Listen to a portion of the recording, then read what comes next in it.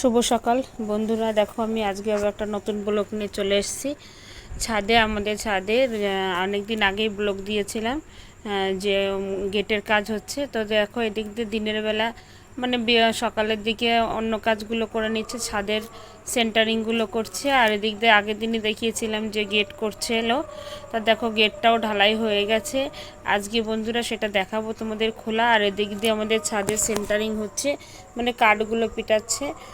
তো সকালবেলা জন ছিল, কিন্তু জনগুলো চলে গেছে। আর বিকালবেলা আমাদের বাড়ির লোক দুজনে মানে একা একাই কাজ করছে, আর আমি ওখান দিয়ে একটু নিচে দিয়ে একটু হেল্প করছি। কারণ নিচে আমি অতটা উপরে তো উঠতে পারবো না, অনেকটা উঁচুই আমাদের ছাদের ইয়েটা।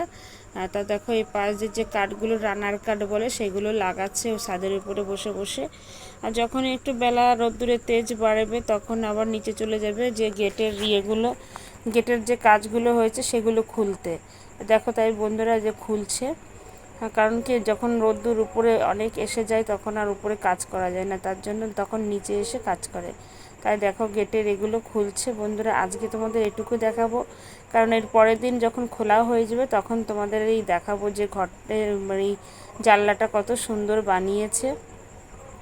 দুপাশে দুটো জানলা বানিয়েছে এরকম করে। জানো তো বন্ধুরা, আমি অনেক দিন হয়ে গেছে ঠিকঠাক ব্লগ ভিডিও দিতে পারছি না, একটাই কারণে বাড়িতে এত কাজের চাপ। দেখো যে সেন্টারিংটা দেখেছো, ওর ভিতরে সব ইট দিয়ে দিয়ে কাজ করেছে, তার জন্য দেখো সেই ইটগুলো খুলে খুলে ফেলছে।